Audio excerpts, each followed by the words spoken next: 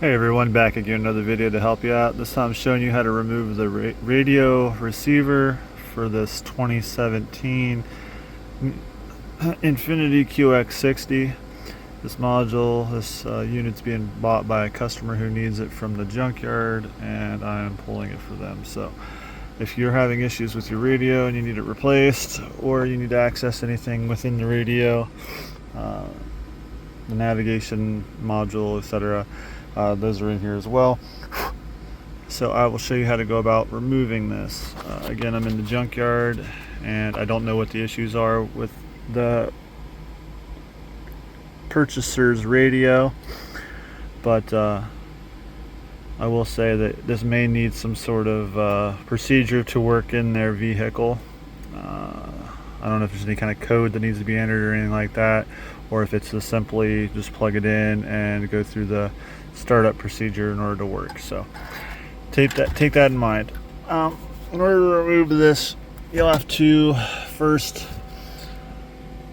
remove the lower bezel underneath the assembly here. Where did I put it? Oh, it's right here. So the tools I used were a flathead screwdriver and a Phillips head screwdriver and a T20 Torx head screwdriver. Now I would also suggest a magnetic Phillips head screwdriver, because you don't want screws falling down inside the dash and then having to fish them out. So my Phillips head screwdriver is not magnetic. I would suggest that for someone doing this at home. I would also suggest a panel removal tool that's made of nylon you can buy from Harbor Freight or anywhere like that. Just that way your dash doesn't get scratched up or you accidentally stab anything. It's just better for your interior to not scratch that up or mar that up.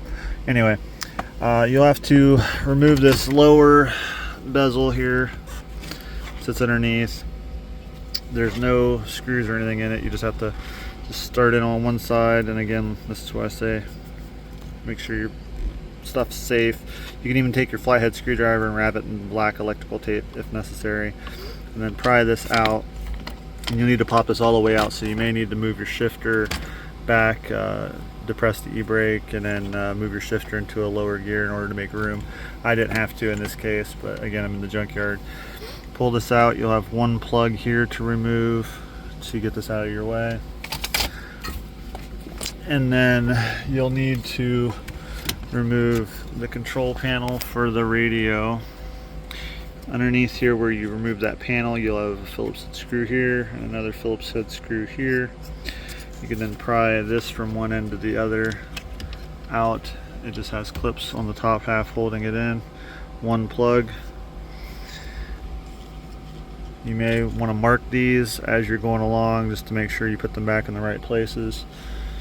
Set that aside, and then you'll have to remove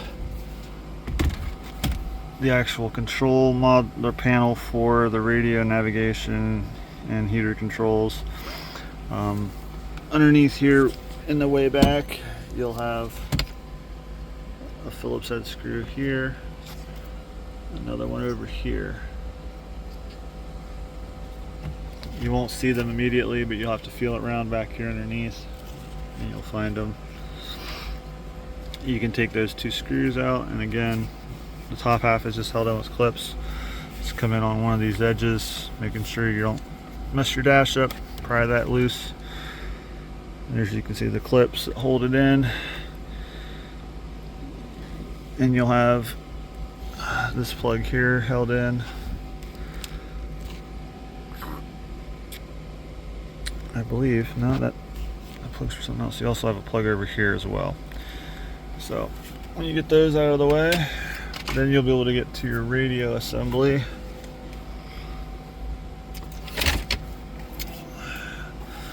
It'll sit in here underneath. Now the top two screws are for the control screen above. You'll have these two locating pins right here that go through the square holes, and then shiny silver screws for the top holes, or for the main attachment screws there. And then underneath, way down the bottom where this first module, where that first panel came out, you'll have 2 Phillips head screws down there. Now, the fun part comes right here is when you get all 4 of those screws out, you can just get a hold of this and pull it straight out of here. But then you'll have this gobbledygook of wires and plugs back here. Now, from a novice perspective, you may want to just take a picture of these or video this as you're taking them apart in order to make sure that you put these back in the correct places. I would assume that all of these are pretty much one size for each one, that you can't accidentally plug one into the wrong hole. I would assume that all these are all made for one specific slot in the back of this, because again, you have that for the radio, then you'll have this. These are color coded over here for the navigation, so when you go to take those plugs out,